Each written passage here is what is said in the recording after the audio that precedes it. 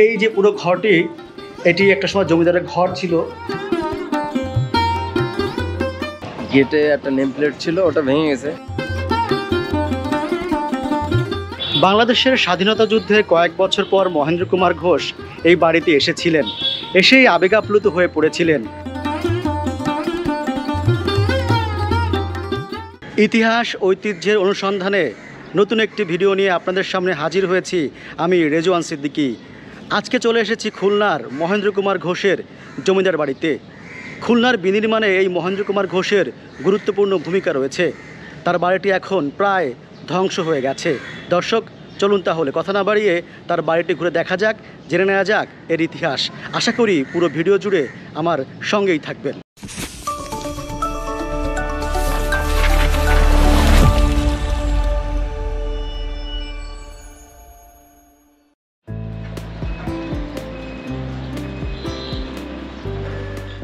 সাজানো গোছানো ছিমছাম শহর খুলনা। আপনি যদি এখানে আসেন তাহলে যানজট মুক্ত শান্তিময় এক পরিবেশ খুঁজে পাবেন। অনেক পুরনো শহর হওয়ায় এখানকার বিভিন্ন জায়গায় ছড়িয়ে ছিটিয়ে আছে প্রাচীন সব স্থাপনা। সেরকম একটি স্থাপনা কালের সাক্ষী হয়ে দাঁড়িয়ে আছে আহসান আহমেদ রোডে।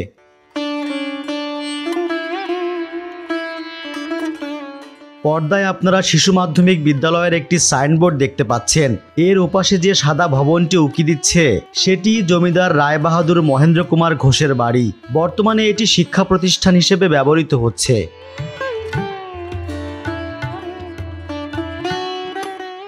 বাড়িটির চমৎকার নির্মাণশৈলী জৌলুসপূর্ণ অতীতের কথা মনে করিয়ে দেয়। তবে এর বেহাল দশা দেখে মনটা খারাপ হয়ে গেল। সর্বত্রই অবহেলার ছাপ, যেন দেখার কেউ নেই। দোতলা ভবনটিতে আগে শিক্ষা কার্যক্রম চলত, ঝুঁকিপূর্ণ হওয়ায় পরিত্যক্ত ঘোষণা করা হয়েছে। এখন পাশেই একচালা ঘরে ক্লাস হয়।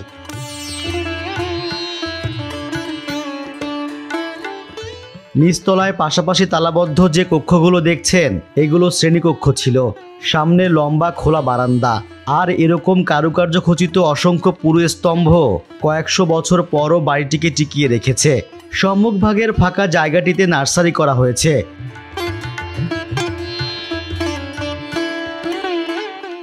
বাড়ির পেছনে নতুন ইটের গাঁথুনি দেখা যাচ্ছে। উপরের ওই জায়গাটিতে ব্যালকনি ছিল। ডান পাশের অংশটা ভেঙে যাওয়ায় সংস্কার করা হয়েছে। বাঁ পাশের অংশটা এখনও দৃশ্যমান।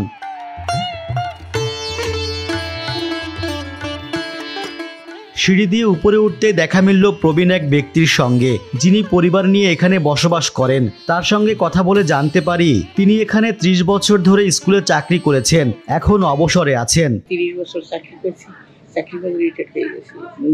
স্কুলে চাকরি করতেন? তারপর আবার ছেলেকে দিয়েছি, ছেলেও চাকরি করে সরকারি। আপনারা এখানে থাকতেছেন প্লাস এখানে চাকরি করতেছেন? চাকরি করতেছি। উপরে বাদিকে প্রথম বড় একটি ঘর চোখে পড়ল। মাটির চুলা দেখে বুঝতে বাকি রইল না যে এটি রান্নাঘর। অবাক হলাম বেশ, তবে মেনে নিতে হলো। এই যে পুরো ঘরটি, এটি একটা সময় জমিদারের ঘর ছিল, তারপর ক্লাস হতো শিক্ষার্থীদের জন্য।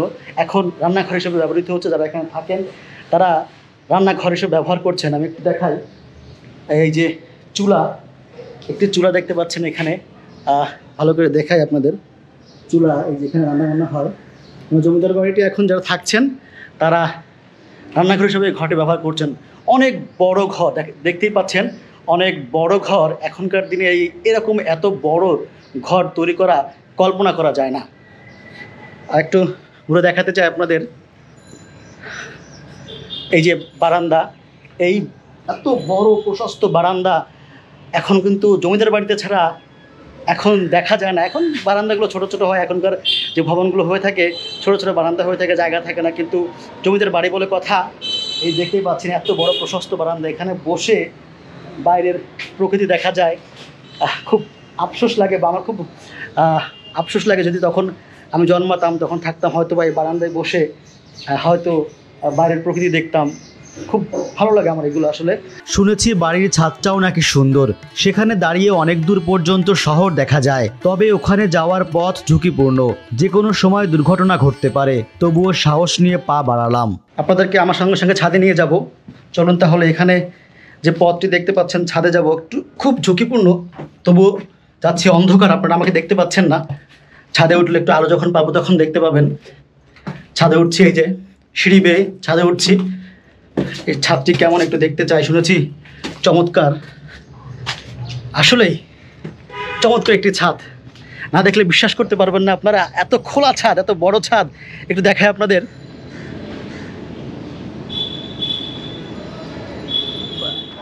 এই বাড়িটি নির্মাণ করেছিলেন মহেন্দ্র কুমার ঘোষের পিতা রাজেন্দ্র কুমার ঘোষ, যদিও কালক্রমে বাড়িটি পুত্রের নামে পরিচিতি পায়।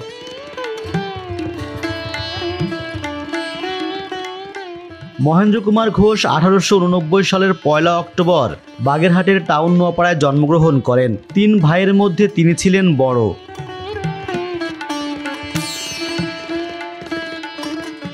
মহেন্দ্র ঘোষ একাধারে ছিলেন জমিদার, আইনজীবী ও শিক্ষানুরাগী। তবে খুলনার আধুনিক রূপকার হিসেবে তিনি স্মরণীয় হয়ে আছেন। প্রথমে খুলনা মিউনিসিপ্যালিটির ভাইস চেয়ারম্যান এবং পরে চেয়ারম্যান হিসেবে দায়িত্ব পালন করেন। জানা যায় তিনি টানা 2 দশক নগরপিতার দায়িত্ব পালন করেছেন। এই সময়টায় খুলনার উন্নয়নে অগ্রণী ভূমিকা পালন করেন।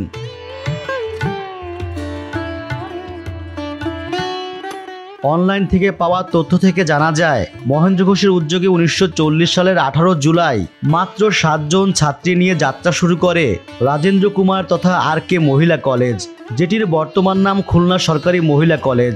এই তথ্য পুরোটা সত্য নয়। কলেজটির ওয়েবসাইট থেকে জানা যায়, খুলনা করোনেশন গার্লস স্কুলে এর প্রথম ক্যাম্পাস এবং খুলনা সিটি ল কলেজে দ্বিতীয় ক্যাম্পাস ছিল। এরপর 1965 সাল থেকে বর্তমান বয়রাস্থ নিজস্ব ক্যাম্পাসে কার্যক্রম শুরু করে শিক্ষা প্রতিষ্ঠানটি।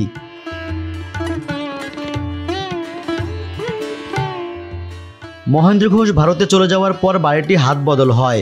বর্তমানে দেখভালের দায়িত্বে থাকা ব্যক্তি জানালেন, মির্জা নাজির হোসেন নামে একজনের নাম ফলক ছিল বাড়ির প্রধান দরজার পাশে। ছোটবেলায় দেখছি গেটে একটা নেম প্লেট ছিল, ওটা ভেঙে গেছে, ওখানে মির্জা নাজির হোসেন ছিলেন লেখা ছিল। কিন্তু মূলত প্রথম যে জমিদার বাড়ি ছিলেন ওনার নাম ছিল মহেন্দ্র ঘোষ। তিনি আরও জানান, এইচ নাহার নামে একজন শিক্ষানুরাগী মহেন্দ্র ঘোষের এই বাড়িতে শিশুদের জন্য একটি বিদ্যালয় প্রতিষ্ঠা করেন। তিনি বেঁচে নেই, তবে তার ভাই খুলনার একজন নামকরা আইনজীবী, কিন্তু চেষ্টা করেও নাম জানতে পারিনি। এটা আসলে কি জমিদারের পরে একটা সরকারি অফিস ছিল, এটা যখন শুরু স্বাধীনের পরে। তারপর সরকারি অফিসের পরে একটা ম্যাডাম মানে খুলনা শহরের মধ্যেই, উনি এটা ছোট বাচ্চাদের নিয়ে কিন্ডারগার্টেন শুরু করে, প্লে নার্সারি থেকে ওই যে ছোট বাচ্চাদের নিয়ে 3-5 পর্যন্ত, মানে 4-5 পর্যন্ত। 1947 সালের দেশভাগ এবং 1971 সালের মুক্তিযুদ্ধের সময় বাধ্য হয়ে অনেকে জমিদারি ফেলে ভারতে চলে যান। মহেন্দ্র ঘোষ ছিলেন তাদের একজন, যদিও তিনি কখনো পূর্বপুরুষের ভিটা স্মৃতি থেকে মুছে ফেলতে পারেননি। বাংলাদেশের স্বাধীনতা যুদ্ধের কয়েক বছর পর মহেন্দ্র কুমার ঘোষ এই বাড়িতে এসেছিলেন। এসেই আবেগাপ্লুত হয়ে পড়েছিলেন, অঝরে কেঁদেছিলেন। এটাই তো স্বাভাবিক। আমি তখন হয়তো জন্মাইনি, কিন্তু তার সে অনুভূতি এখন এই সময় এসেও উপলব্ধি করি। এও জানা যায়, তিনি নাকি দেশে ফেরার সময় খুলনার মাটি সঙ্গে করে নিয়ে গিয়েছিলেন। 1977 সালের 15 জুলাই দেহত্যাগ করেন তিনি। মৃত্যুর পর তার চিতায় সেই মাটি দেয়া হয়।